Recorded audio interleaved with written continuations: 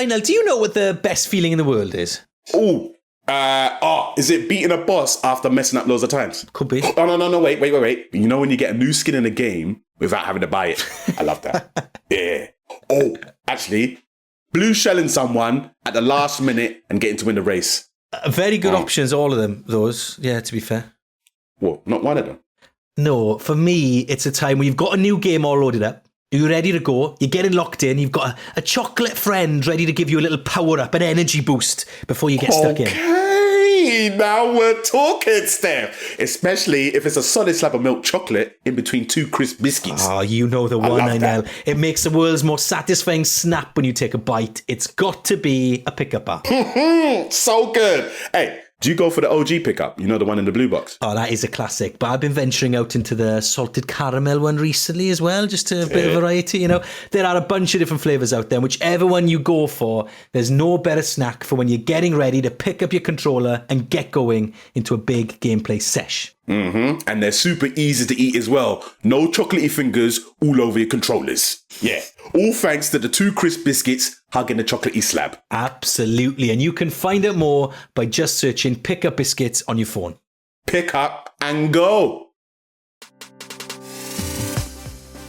Hello and welcome along to Press X to Continue. Now, if you like video games or if someone you love likes video games, then you are in the right place. This is your home for chat, for news, reviews and more. Now, we used to live on the BBC, but we are very excited to now be bringing Press X to loads of other platforms for the first time ever, like Spotify, Apple, etc., wherever you get your podcasts. So thank you very much for being with us. My name's Steffan Powell. I've been talking about games professionally on the radio, on the telly for about 10 years. Now, joining me on this journey, you've probably already heard him because I was trying to start this podcast for 10 minutes and he was prattling on in the background. Hey, don't you be blaming that on me. I'm pretty certain that was banging on about trying to be. This is a professional outfit, Inel. This is Inel Tomlinson, comedian, actor, energy giver. Hey. Since the last time we did this. I like that though. Energy giver. That's real nice. I'll take that. Yeah, well, that's true. Thanks, it's man. true. I'm gonna give you your flowers early dose. Oh, hey, what? You know something I don't know?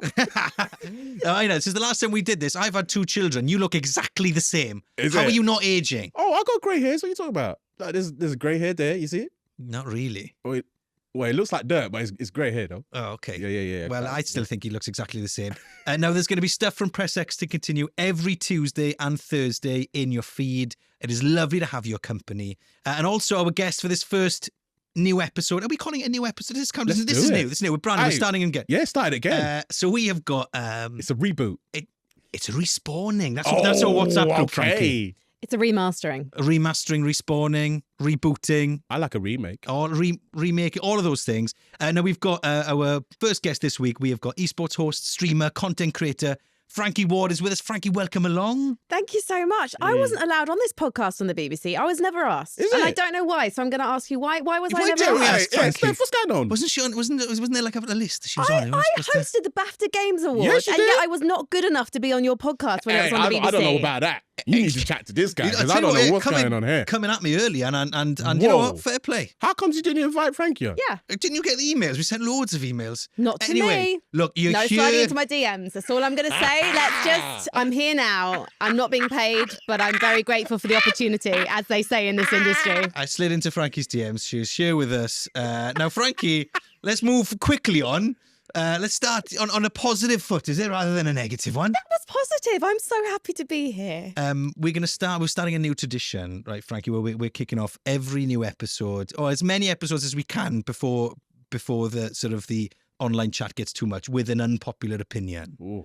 Okay, so since you threw me under the bus a little bit there, I'm going to throw you under the bus by asking for your unpopular gaming opinion, please.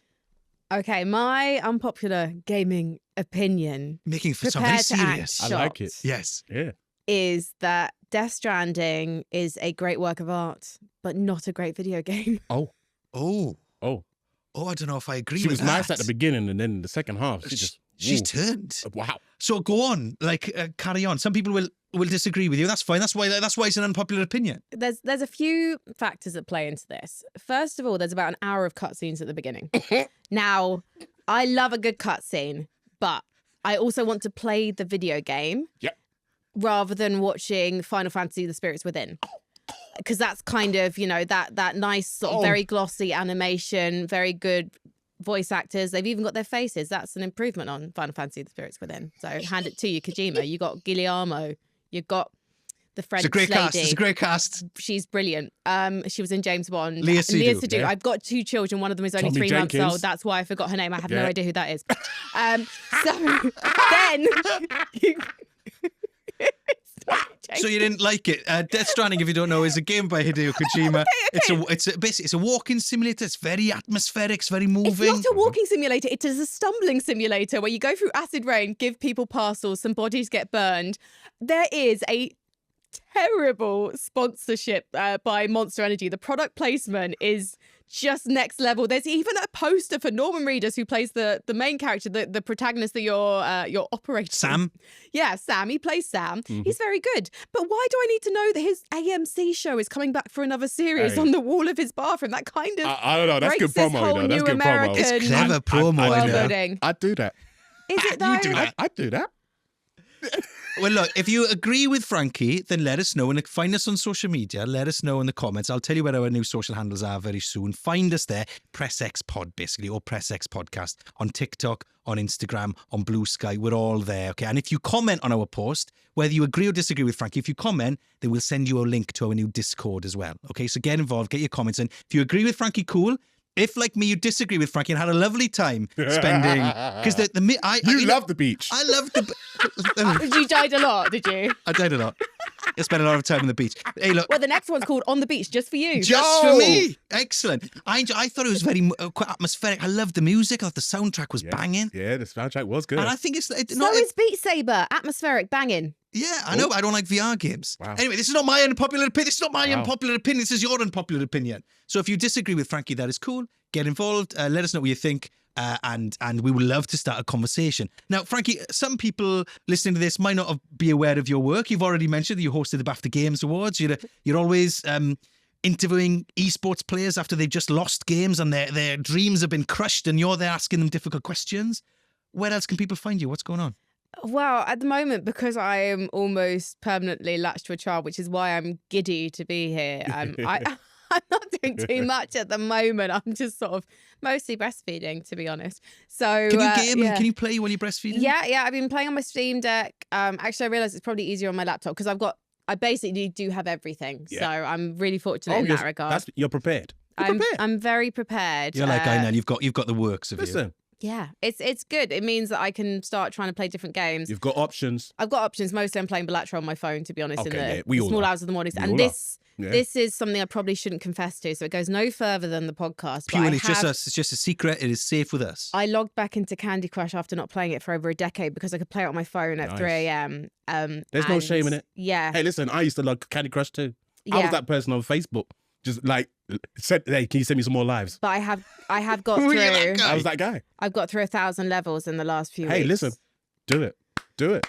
Hey, And I just we don't judge I around here. needed to tell someone. There's no judgment. Hey. I'm all about that. I love a bit of Candy Crush. Candy Crush. But professionally, yeah, I'm on the social platforms. I do stream twitch.tv/Frankie. So hopefully I will do a stream before the end of the year, and I will probably be doing some more esports next year. So like this year, FC 24, not 25. Yeah. I've been doing Fortnite at FNCS and another one, Valorant. That's it. Yeah. There we And go. now being a part of the Press X family, Frankie.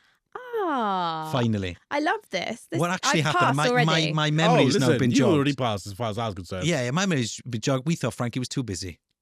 Did you actually? Yeah. Oh, So there we are. he's But she's thinking here on now. his feet. You know, in Thinking our on his new feet. home, Inel. Hey. Inel, your unpopular gaming opinion? Oh, you want to hear mine? Yeah. Well, we're gonna go through plenty in our time on this podcast, but let's kick Okay. off just with a quick one. Yeah, all right. Yeah. Well, quick. Listen. Game how you want to game, innit? Like Frankie said, if you just got a little bit of spare time, you're on your phone, game on that. That's cool. If you're on the train, game on there, or if you're like on your desktop, game on there. But I want to say the most optimal, best way to play your video games is on the couch in front of the TV, surround sound speakers. Not your headphones. Nope. Surround sound. Listen, Dolby Atmos if you got it. Yeah. Who's got the? If you got it, 7.1 surround sound. It's the optimal way. That's what I'm saying. A lot of you lot are playing these video games with tinny speakers in it. Playing out your little laptop speaker, the sound is trash, and then the soundtrack ain't doing justice. Yeah, you need these people put so much time and effort into making these games. You need to play them properly in front of your big screen TV, 4K surround sound speakers, so you can hear the instruments. Yeah, and fantastic voiceover. Boom! It's the best way to play your video games. Every other way is cool, but it's not as good. He's very exercised. Those hands are going places, aren't they? That's how exercised. You can't see this, right? Because this is a podcast. But I know his hands are waving everywhere. He's really into this idea of playing on your sofa with a giant telly. No, surely headphones on though, right? I'm with you on the big telly. I don't mind. Listen, you know they say 32 inches is the optimum screen. Nah, No. I'm with you on the big TV, but I'm for headphones. I know you got kids, isn't it? You got kids, so you need the headphones so you don't want to wake up everybody else in the house. I get it. Yeah. But the most optimal way is with the surround sound.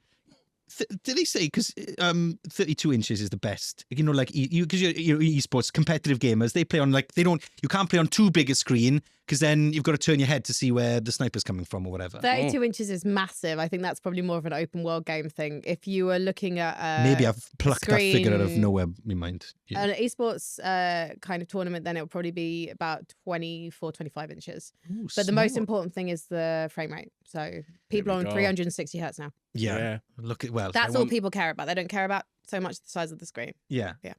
I hope that makes sense to someone. I will go and Google it afterwards and I will sound very informed. Right? That's lots of frame rate. That's very good. Now, we've said it once already, but look, if this is your first time listening to Press X to Continue, welcome along to the family. And don't be shy to make your thoughts, your views known to us. Get involved, message us, find us on social media. So we are Press X Pod, all one word, or Press X Podcast on TikTok, Insta, Blue Sky, and if you comment on any of your posts there, then we're going to send you a link to a brand new Press X Discord that we've gone up. So you can meet the team behind the scenes, the team that are going to be joining us here as well to talk all things games. We would love to hear from you and to get you involved in the podcast. We're going to be talking news, we're talking reviews, and we're going to be talking about long-awaited sequels today as well, because this, Frankie, is a long-awaited sequel. See what we did there? Oh, yes. Hey? Yes. It's good, isn't it? It's good. Okay. It works. It's good. It works. I like it. Yeah, Okay. hey, we'll go with it. But let's go through some news first, because stuff happens in the games industry all the time, doesn't it? So let's get you up to speed with the things you might want to know about.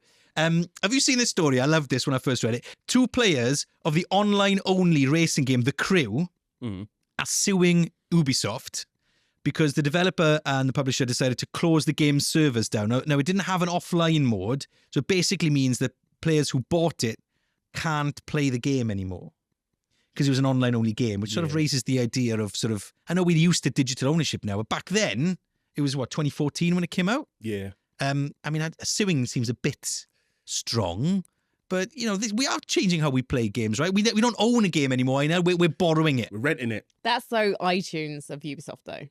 Yeah. But then it must cost them to keep the servers up and running. If there's if these 2 lads are the only ones, or ladies, I don't know, are the only ones playing it, then it's too expensive to run. It is, but at the same time, like you're getting people trying to patch. Basically, the companies should be patching these games so people can play them offline. There's no reason why a lot of these titles can't be played offline, and they don't really need to rely on servers. And I think that's what it's like the danger that we have by going into all games being digital. That's where there's a bit of an issue, because I love physical games, and I love being able to kind of collect those kind of titles and be able to kind of look at them. There's so much nostalgia associated with having like a game with the instruction book back in the day.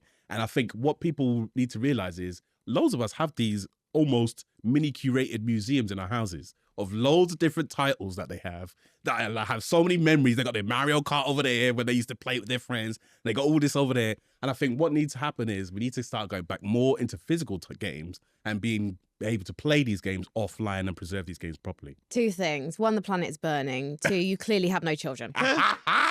Where She on said, earth "Give are me you the Candy keeping all Crush." these games? You live in London. Give me the Candy Crush. Where is the space? Yeah, Candy Crush fits in my hand like this. No, but I need to fit 2 cribs in now. Frankie, you're thinking massive museums. They don't have to be massive. Some people's gaming collections are quite small, but they preserve them and they only have the best titles that have the most sentimental value. Do you still have your PlayStation 1? I wish. I had to sell that to pay rent. I can't believe I got it. I got rid of my N64 and it was such a sad day. No, I got rid of it when I went to uni. It's such an error. Same. Had to pay the bills. Such an Xbox error. had to go. Are we just Are we just getting on a bit?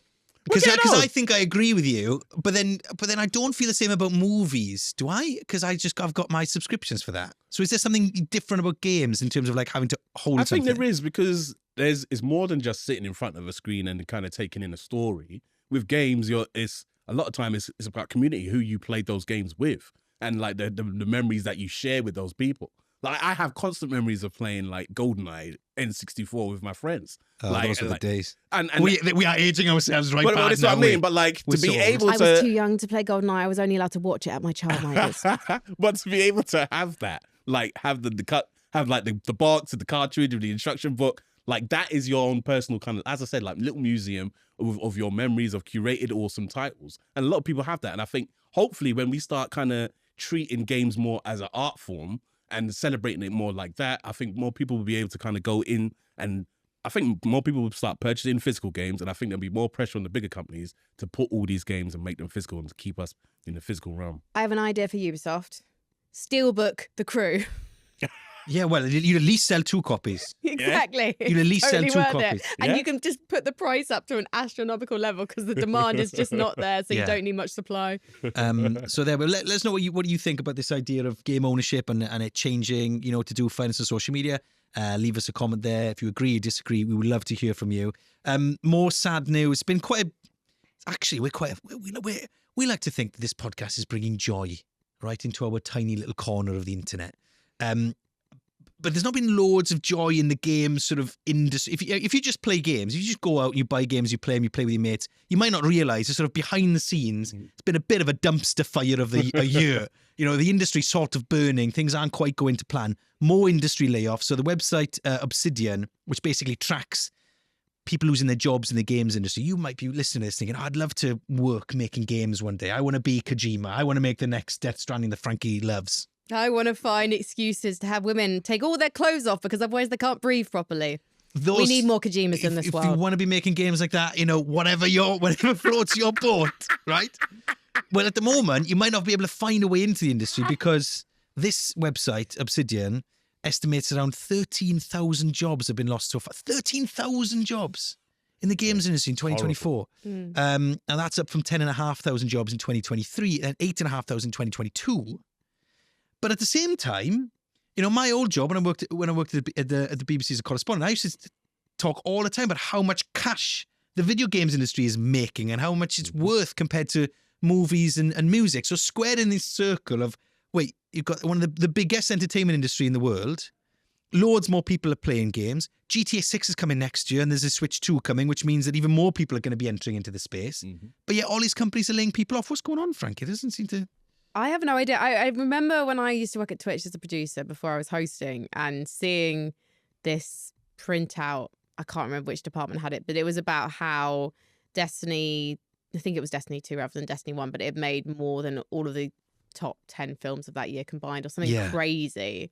So these are huge games, obviously making huge amounts of money, but if it's a live service game like Destiny, it's got to make that kind of money to be able to afford to keep going because you have the maintenance, you have the patches, you have the DLCs, the things that come out. So it is very cost inefficient, the gaming industry, a lot of the time, unless you're one of these smaller indie developers. So for me, one of the most worrying things about this emerging news story, because unfortunately it's still ongoing, is the indie developers who were bought up by bigger studios like Microsoft, who then all got let go. Their studios got closed. Like, it still blows my mind. I think this was actually last year rather than this year when, and I could never pronounce the name of the studio, Zoom, the studio that that made, oh my goodness. See, this is the problem with having a child, is my brain has gone. Hold the phone, spell it and I'll Google it. Debut game, Cop. Spell Dice rolls. Spell the game. Spell the studio. Zoom. Is it AM Zoom? Hold the phone. Oh my gosh, I'm so sorry. No, don't be silly. I mean, you both will have played this game. That's the most insane thing. We can edit. It's all good. He's typing. It's all good. It's all good. AM Zoom. Dice rolling, role-playing game. One of the best games of the last, decade. Hold the phone. Disco Elysium. Thank you. Elysium. Oh, we got it. There we go. Zoom UM. Oh, so it's just Zoom. SA/UM. Yeah. There we go. It's what you said. We should have There known. we go. No, not You at did all. Not say at so. all. I That's okay. try. So for me, one of the worrying things about this emerging story, unfortunately still ongoing, is where you see these really successful indie publishers and developers developers. They're picked up by Microsoft Studios and they're now having their studios closed. Yeah. And that's insane to me because you have studios who won BAFTAs even in the last year, like the team that made Rollerball. Rollerball. Rollerdrome, apologies. They have now Rollerball, been great let film go. though. Yeah. And It was great Again, film. Yeah. just Good 3 months, 3 hours of sleep last night. Hey, The hey, baby's 3 months. you're I didn't have good. 3 months of sleep. But when you're seeing teams like the team that made Rollerdrome being effectively Roll closed and 17, out of yeah. jobs, that's insane to me. Yeah, Roll 17, wasn't Roll it? 17. Yeah. So they got, and it strikes the sort of the balance in the games industry sort of in a really precarious place. Feels like, right? Mm-hmm. Because I know speaking earlier about this as an art form, but it's being treated very corporately at the moment by lots of places because if games aren't made aren't made unless they're projected on a spreadsheet to make a shed ton of cash. Yep. I mean, you look at the type of games that everybody's making at the moment, live service games, for example. There's loads of those coming out, but then less of those sort of narrative-driven games where you might feel something, where you might explore, without getting too like fancy or highfalutin about it, you might explore the humanity and explore I'm with you, emotions Steph. and stuff like that. Steph, let's be real. Like, those games just take too long to make and people want the return on investment. Their investors want their money. And it's like, I can't wait 6-7 years for this game to get made. I want all the money now. Fortnite's making all the money. I want to be like Fortnite. Yeah, make me another Fortnite. I want to be like Fortnite. Yeah. And I think that's what's happening is a lot of investors are seeing that. They want that money. Them seeing how much money some of these titles, these annual titles are generating. And they're like, we want some of that.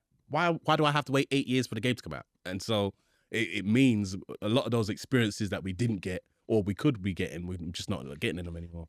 I will say though, I think games companies have got a problem when it comes to telling stories about indie games. Yeah. So we here will play indie games, right? I bet a lot of people listening will often only tend to play your AAA titles, right? Your Call of Duties, your FC. I keep calling it FIFA, but the one that it's used to. okay. They're not watching. Okay, it's okay. fine. You can call them cards, not items, on this podcast. It's okay. Don't worry. The game where you buy the cards that are the footballers. That one. I wasn't allowed to say that for most of this year. No, you can. Hey. You're FC unshackled. points and you get your items and hopefully you unpack something valuable. I never did. Yeah. Actually, no, Vinny. I got a Thunderstruck Vinny. That was great. Best day of my life. Anyway. That would make sense to someone. So the FC25. Can't use it anymore because it's now SC25. So. The football game. But it's all, those sorts of games that drive the top end of the industry. I get it, they make loads of money. But does games have a problem in letting people know, oh look, you love Warzone, right? You love Fortnite. You might also love this game that was made by 5 people in a small studio in Sweden or whatever. We're getting there because, like, I mean, Because that happens better in movies. I feel like smaller movies are given a bit more of a platform than but only me and Hollywood Frankie were blockbusters. talking earlier about playing The Rise of the Golden Idol, and that is a title that is available on every platform, including Netflix. I did not know it was on Netflix, though. Well, a lot of people can just on their phone whilst they're scrolling through. Oh, they can play that game, and that's like a fantastic indie title that has has a very different kind of gameplay mechanic to most traditional games that you'll see. You never see like a AAA title like playing it in the same way as this, but it's there and available for a lot of people. So there's hope. Okay. And because I love Curse of the Golden Idol so much, when I was streaming that, my community were like, you have to play Return of the Obra Dinn, and I have never played Return of the Obra Dinn, and that's a single developer. And I find my favourite games are by small or single developer teams. Yeah, I just think when the industry's not very good at getting people, like a lot of my mates who will buy the big games, but then they want a few. So Return of the Obra Dinn, black and white game, was BAFTA winning, wasn't it, a few years ago? Was it BAFTA? It was definitely BAFTA nominated, if not BAFTA winning. Like a very moving sort of single player experience, black and white pirate ship game, amazing. You might have that's probably passed a lot of people by, and I wonder why those dots aren't joined better. Let us know what you think about that. How does the industry need to do better? Can it do better? Because at the moment there's a lot of negativity out there in terms of jobs being lost. Can we be something really, really positive? I'm sorry, I'm hijacking your hosting. No. But I'm I'm just going to kick back. Best game. This is why you weren't invited on before. Taking my job from me. There we go. So the two good things from the I'm story. liking Frankie. Microsoft do pay a hell of a lot of money to those indie developers to acquisition their games, and it is for a certain license period, which is also annoying because then you buy them on Steam wanting to support the game when it comes out and find out you can already access it. The same things happen with Netflix. Yep, what is your true. favourite Netflix game that you can access? Because most people have got a subscription. Oxenfree, I think. Oxenfree, yeah. Queen's Part 1 and Gambit. 2. Queen's Gambit. I've not played that. It's The actually chess game, good. yeah. So I went. I heard that to, was very like, good. full disclosure. Yeah. I went to do a piece about that in my old job, and we filmed at the studio. I was like, oh, chess game. I don't know about this, and I got hooked. Yeah, Really? it's really great. And you can play it on mobile. You can play on your mobile, yeah, it's fantastic. Yeah, it's really Nice. cool. And it's sort of, if you've watched the show, it takes you through the bits of the show. So that was a Do nice. I need to see the show? No, you don't. I think it was a good time. It helps if you've seen the show. I think. Okay. It's Well, a must. because It's a must, well, innit? Yeah. I need to watch the show, innit? I think you connect with it on There's a no different point in me level. playing it if I don't watch the show. Anyway, I'm just going to say, if you haven't played Immortality yet, because I think that's still on Netflix. Is it on there? Yeah, the Sam Barlow game. That is Nice. amazing. I actually didn't play Her Story, his first one, until afterwards. And then when the credits were rolling, my name was in the credits because I invested in that game back at my BBC desk in 2015 before I was even working in video games. So I was like, oh yeah, I paid money for this game. I should actually already have a copy Frankie, of you've it. got too much cash, my friend. There we go. Right. She's got her own Sponging again. museum, you know. She's got her own museum. I do think that the Game Pass, though, interesting you say that, Xbox Game Pass is good for indie games because I think it opens people's access to it without feeling like, Yeah. because if I'm going to spend 20 quid on something that I don't know nothing about, I can understand people's sort of uncertainty. So Game Pass is a good way around that. And then on the flip side, so you've got all this sort of issue with industry layoffs and stuff and the sort of the uncertainty behind the scenes. And then the PlayStation 5 Pro console landed this month, which will set you back 700 quid or another 100 quid if you want one with a disc drive as well, which makes it, if you adjust for inflation, because we're clever on this podcast. You're adjusting for Thank you. inflation, not me. Then this makes it the second most expensive console ever behind the PlayStation 3. Ooh. Are you buying a PS5 Pro? I'm not. I would love one, but I'm not buying one. It's like I get why it's there. It's not for everyone, isn't it? It's a luxury item. It's like Audi, right? Like with the car maker, right? You could. Well, you meant not Audi, as in the one with the bakery. Not the I shop. thought the same. Not the shop. The car. Yeah. The rings. The one with the rings. Yeah, the one with the rings. Yeah. You're working for an Audi Spawn because we can do Spawns now. We can. Hey, listen. Hey. I love Audi, Come on, Audi. Hey. but like, you're not looking at the RS8 and saying, "Oh wow, look at this car." Like, I can't afford it. You're getting an A1 instead. You're getting a smaller version. That's for you. It's the run of the mill. You also aware that there's a huge luxury ones for the people that got that money, and then for the people that got that money, the PS5 Pro is there for them. I'm happy for that. The only thing is, the issue I find is if that's how much the PS5 Pro is going to cost, how much is the PS6 going to be? Yeah, PS5 Pro, if you don't know, is basically let's put it in easy terms, it's a jazzed up version of the PS5. It's quicker, it's shinier, there's more ray tracing, all that sort of stuff. I honestly think with most people's TV, it's probably not going to make a difference. That's true. And also, Let them know, Frankie. Especially if they're sat on the sofa. Listen. Hey, some people, they ain't even got proper HD TV. The resolution that they're plugging their PlayStation into is not 4K. It's not 1080p. Some people ain't even playing properly anyway, so they it's not for them. Can I just say there's no way of playing right or wrong? You play however you want to play, and don't let Inel shame you into buying a posh telly if you don't want one. Listen, if you're playing in 480p, can I just say, no, there are certain games that you can play wrong. For example, do Thank not you. play Counter-Strike with a controller. Okay. Otherwise, maybe you do deserve the toxicity. Mhm. It's the only incidents where I would say that is the case. Frankie, coming out swinging today. I like it. I love this, Frankie. Right, okay, so the PS5 Pro is here. If you've got one, you know what to do. Let us know. Get commenting, and obviously we will send you that DM to our Discord as well. Now, Haven't had that DM, by the way, to the Discord. Didn't even know there was one before. Oh, this listen, podcast. I'm not in the Discord either, so don't even stress. Yeah. by the time No you wonder Glenn Moore didn't turn up. You know what I'm saying? by the time you're listening, they will both be in the Discord, right? Here they are, making my job a living nightmare.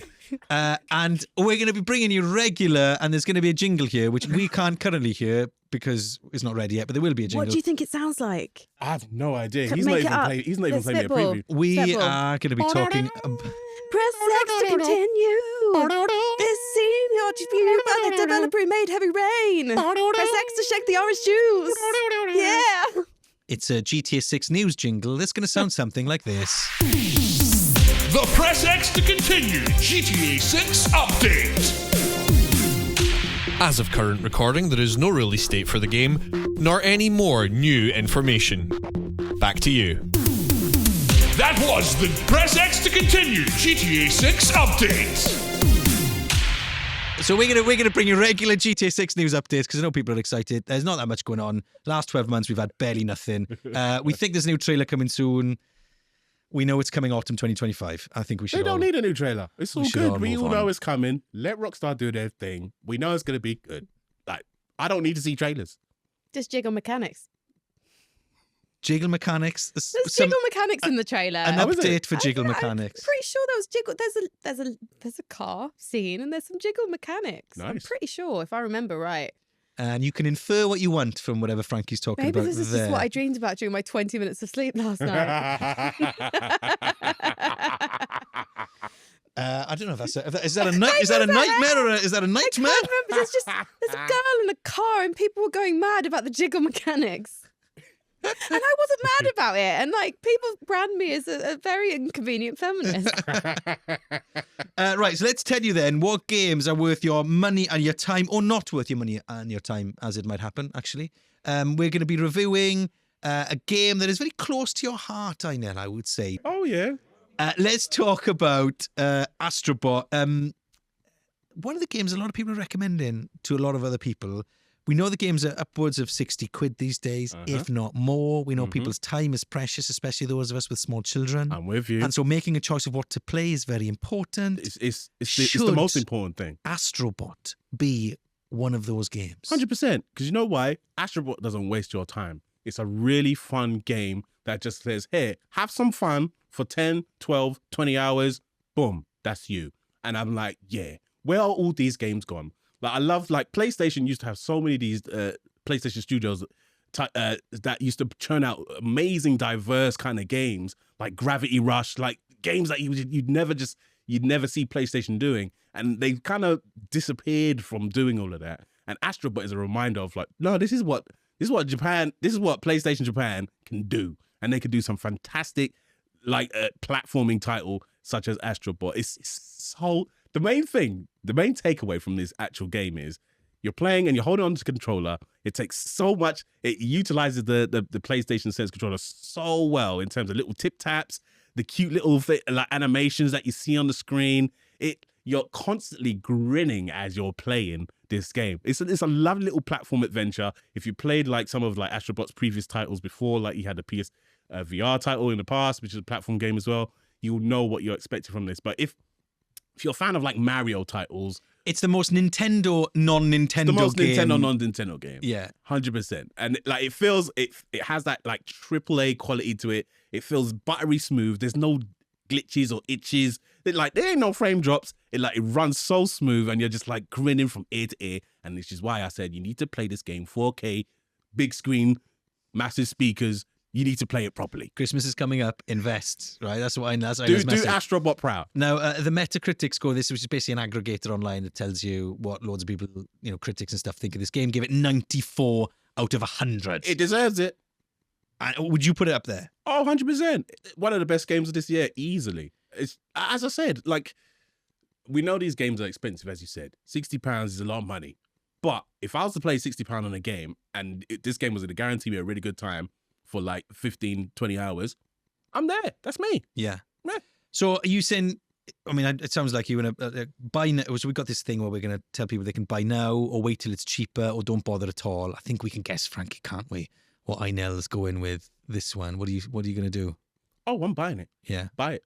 100%. Has he sold it to you, Frankie? He has, although I haven't finished the Playroom free game that came with on the the PS4. PlayStation 5 yet. Yeah. Oh, the PS5 one. Yeah, you could argue that the two best games in the PS5 are those, yeah. Are the two Astrobot games. One which came with the console, and still the best use of the controller out of anything else has been made. It's like that. I was enjoying it, to be fair, so I think I would very much There you enjoy go. Astrobots. Maybe in a couple of years when my kids are old enough to play. So to play devil's advocate, if Yeah. it's obviously it's not a game for people like blowing stuff up, right? If you, or like shooting There's things, explosions. Or like, There's but it's shooting. not. There's explosions, but it's not. Graphic You're violence. not gunning fools down here. No. Yeah. no. Or as Frank said, graphic Yeah, violence. we ain't gunning no fools down. Yeah. None of that is happening in this game. But that doesn't have to be every experience. Like, I love my gaming experiences to be as diverse as all my friends are. And like I like playing lots of different types of games that give me different experiences. I don't be playing shooty bang bang all day long. Like sometimes, how about I want to jump around with a cute little character and just grin my face off? How about that? Frankie, I know our kids are too small. I know, basically just like described himself. Yeah. Now, Frankie, I know our kids are too small to play games with them yet, but I think this is the sort of game, in my opinion, that if you've got young kids who are trying to get into gaming or asking you about getting into gaming, Christmas is coming up. This is the game that you can play, I reckon, with your kids to get as like a nice game sort of way into it. That's not, if you don't have a Switch, you got a PS5. Actually, you don't have to go and buy them a Switch and get all the Mario games. You can just play Astro Bot instead. Yeah. There we go. Okay, great. So Inel's saying buy now. Buy it now. For Astro Bot. You can get it, actually. It's about 50 to 60 quid. But there are some deals, like places like Amazon and Currys can get a 54 quid. Game and PS Store, 59.99. Listen. Christmas is coming up. Get it, innit? If you're not going to get it for yourself, get it for someone else. Because like, as far as I'm concerned, like, people always say we need to kind of vote with our wallets to the type of games that we really like and the type of games we want to see more of. I want to see more Astro Bot, innit? Buy the game.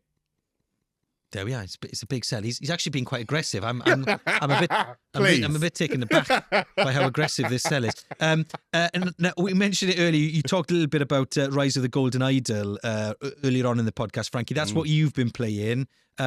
Would you tell people firstly, what is it? Are you enjoying it? And what would you say to people who've not heard of it until right now? So, Rise of the Golden Idol is the sequel to The Curse of the Golden Idol. And essentially, in Curse of the Golden Idol, you were given a scene. Sometimes you could kind of expand the scene or go to a different part of a location that you were studying. And you click on things, gather words, and then fill in a join the dots / why am I so bad at describing this? It was just, you're just filling in the blanks. You're literally filling in the blanks using things that you've found from the environment, oh my like God, I'm so bad at it. So, okay, right. Let me just try again. Okay, right. I'm interesting that they haven't asked you to do this as like a paid promotion, actually, isn't it? Because I could see I am so obsessed with it. I am like the PR for this game just slide into my DMs because I've talked so lengthily, should we say, about how much I love Curse of the Golden Idol. So you are looking at these different crime scenes, essentially, and you are clicking on different things to, I guess, take a closer look at, say, inside someone's pockets, inside someone's head to see what they're thinking or saying. Drawers. Inside drawers, exactly, part of the environment. Yeah, and you click on them. If they're you can interact with some of these things, and they collect the words, and then you use that to fill in some blanks. And then as it goes on in Curse of the Golden Idol, things got a little bit more mathematic and complicated. And the same goes for the Rise of the Golden Idol. So you don't need to play the Curse of the Golden Idol. Stylistically, there are differences. But one of the things that Colour Grey do really well, the developer, is they actually tie up all the loose ends really, really well. So at the start of the game, you are presented with a kind of training scenario, and that will start to become more relevant as the game goes on. So you think you've left it behind entirely as just a way to understand what you need to do. And actually, as I'm getting towards the end of the game now, I don't want to actually give any proper spoilers. You're going to discover more about that early situation. It's something they did really well with Curse of the Golden Idol. And then they released some more DLC. And I expect to have the same with Rise of the Golden Idol. But if you like using your brain, if you don't mind a little bit of maths, I'd say it's actually a bit simpler than Curse of the Golden Idol in the case of kind of complicated things to figure out. Then you'll absolutely love it. And I am devouring it. And I actually am looking forward to breastfeeding. It means I put my daughter in the boob, the Steam Deck in my hand. But if you are a handheld user, it's a little bit finicky. So you were saying you can use it on tablet because it's on Netflix games. On the tablet. Obviously on a PC. So I've started playing on my laptop and I love it. Yes, as well as Netflix, it's 15 quid on Steam. It's about 17 quid on Nintendo and Xbox stores as well.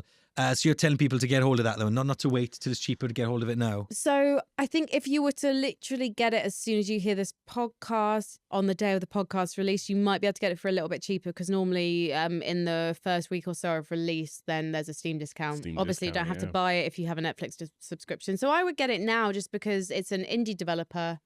Why not? You know, PlayStat Games is a great publisher as well. Metacritic is giving it 84. So two very high scores, two very positive reviews from us. Christmas is looking good.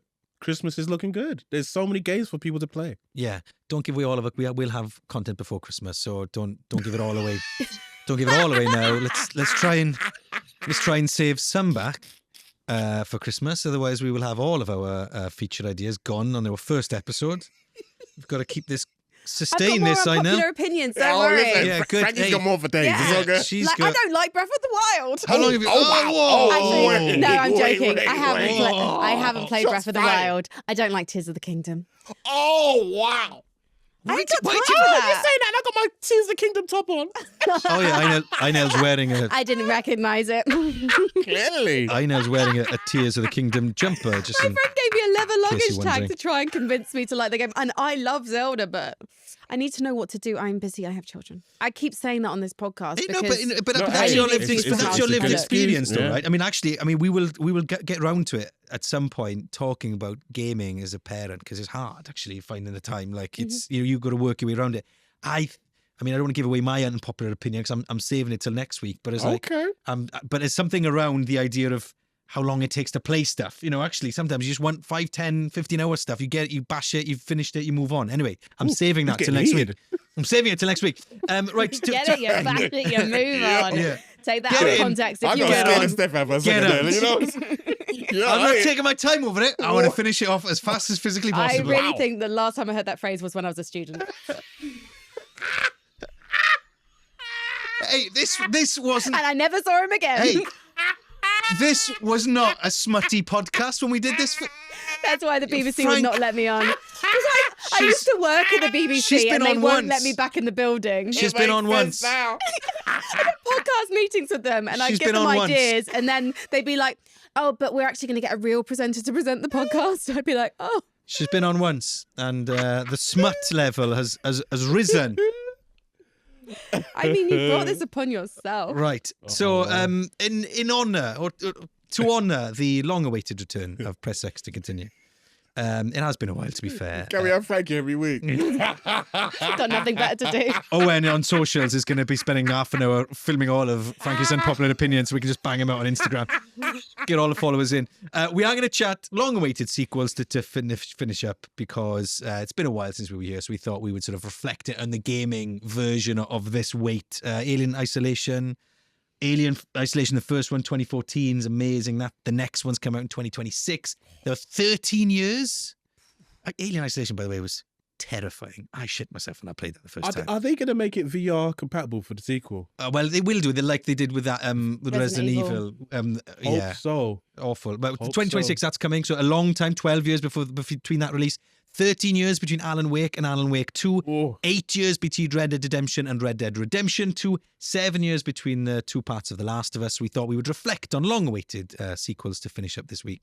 And that one is my favourite, Red Dead 2. One of my favourite games of all time, but to match the sort of expectation levels, not in a sales way, but in was a massive critical success We're not on the way. BBC anymore. It's okay. Yeah. You I loved don't it. have to say not in a sales way. Well, no, when anymore. it didn't sell it, it was never going to sell as much as a GTA would. But it didn't matter because everybody thought it was the best thing since sliced bread. And I think they're right. It's a work of absolute genius and art. So Red Dead 2 is my favourite long-awaited sequel. That's one of your favourite games of all time. Yeah. isn't it?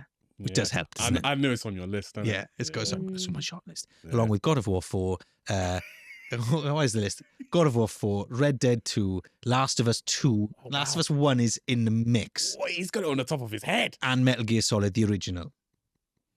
That's I a know good your list. favourite developer. It's a good list. I don't actually dislike Kojima. Hey, we've done it. You've done it. Let's move us on. Hey, I just think someone has to balance Oh, out how look much what Jeff you've Kelly done likes there. Kojima. We've moved on. We've moved on. We have Why'd you have moved to bring it on. up for? Yeah, you should. So Red Dead It's- 2 Why'd is you say mine. Metal Gear? Red Dead 2 is my favourite long-awaited sequel. If you're listening, then I've said it multiple times. I'm going to keep saying it until I say it in my sleep, so that you find our socials, PressXPod, Instagram, TikTok, Blue Sky. And then when you comment, we're going to be sending you an invite to our Discord. Frankie's not allowed in, but please.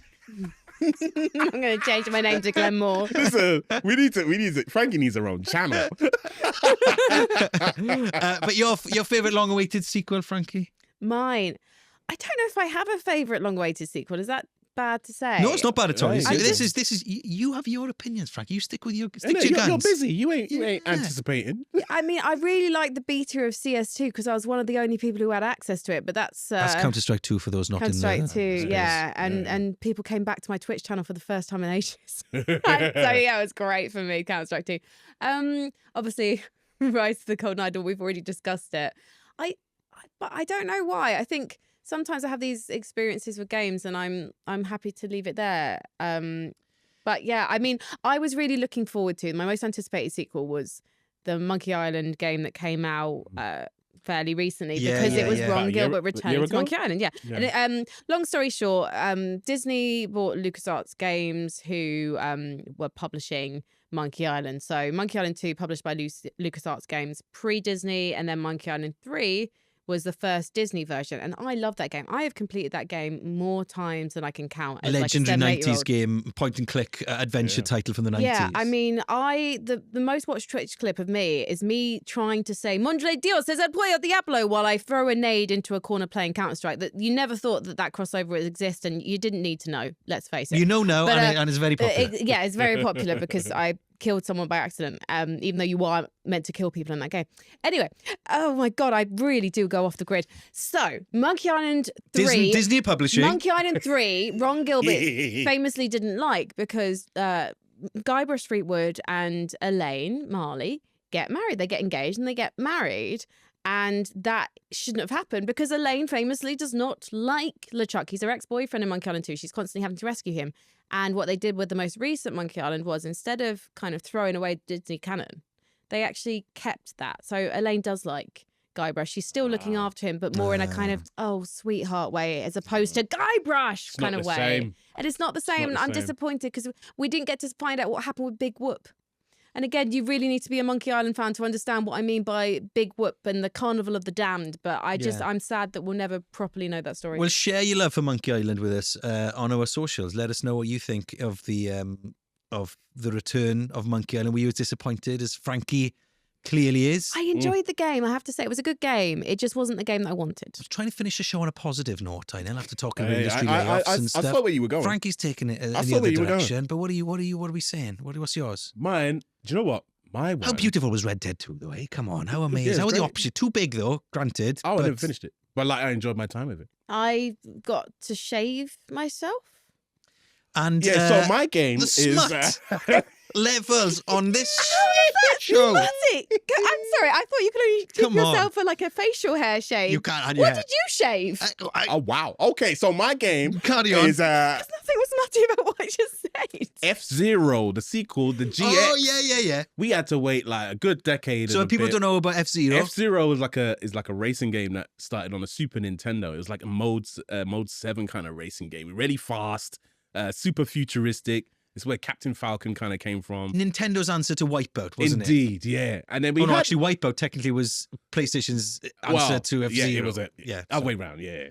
So, so it had a sequel on the N64, and then we had to wait ages for GX, and then finally GX came out, and there was AX as well that they released in the arcades. It was Nintendo and Sega, one of the first kind of collaborations that they did once Sega kind of bowed out of the hardware game. And it was amazing. It was the fastest racing game we had. They released it on GameCube, and they also released it in arcades. Incredible. And I'm still waiting to this day for another F-Zero. Like it's been like 20 years. Yeah, the N64 version was called F-Zero X, wasn't it? That was great on the N64. So good. Yeah, it was so good. I'm so sad though that they never released the sequel to Buster Groove in Europe. Cowards. Absolute cowards. You gave it to Japan. Why did you not give it to me? The bubble little dino. No, I will never ever the dancing run game. Away. I'll be there to face another day. Turn that radio down. Look at that. Beautiful. I have grade 8 distinction in singing. Okay. I can't sing anymore. And we can tell. And we can tell. Well, look. So I to this positive note. Yeah. We want to know. Make you realize. We want to know about your favourite long-awaited sequels as well. Move. You know what to do. Find us on social media and comment to let us know. Yeah. Well, I'm trying to save you here, Frankie. And let us know about your favourite long-awaited sequels. Well, look, that's it. Oh, is it? Is it for the respawned, remastered? What else did we say? Remade. Remade, Rebooted, rebooted. Press revived. X to continue. I think we knocked the old rust off. Yeah. Feels like yesterday, actually, that we were doing this last. It does, doesn't it? It feels quite cozy that we've kind of settled back into like a nice groove. Yeah. Yeah. And Frankie, thank you very much for being with us and welcome Yeah, along to the thank family. you. Thank you so I've much. very much enjoyed your Please don't divorce your me, guys. presence. Yeah, she won't be back again. No, of course you will. Of course you will. You're one of the gang now. And remember, please get involved with the show. We'd love to hear from you. Press X Pod or Press X Podcast on TikTok, Insta, Blue Sky. And we'll invite you in the Discord. Even Frankie's going to be in the Discord. Of course, she's going to be in the Discord. Oh, Frankie's going to have her own channel. And on just a Talk to little the void. note from Inel and myself. Quick note to all the OG Press X listeners out there. We've been up in our DMs for the last 2.5 years, Inel, asking when we will be They back. have. Like, we've wanted to say some stuff. I Yeah, think. so thank you very much. We're Yeah. dead chuffed to be back. Thanks for sticking with us. Right, that is it for episode 1 now. We're going to be back on Thursday because our back catalogue has never been on Spotify or Apple or all those other podcast providers before. We're going to be sharing some retro episodes of Press X every Thursday. So retro Press X coming for you on Thursday, and we're going to be back next Tuesday with more fun. So take care, and we'll see you then. Bye, everyone. See ya. Bye.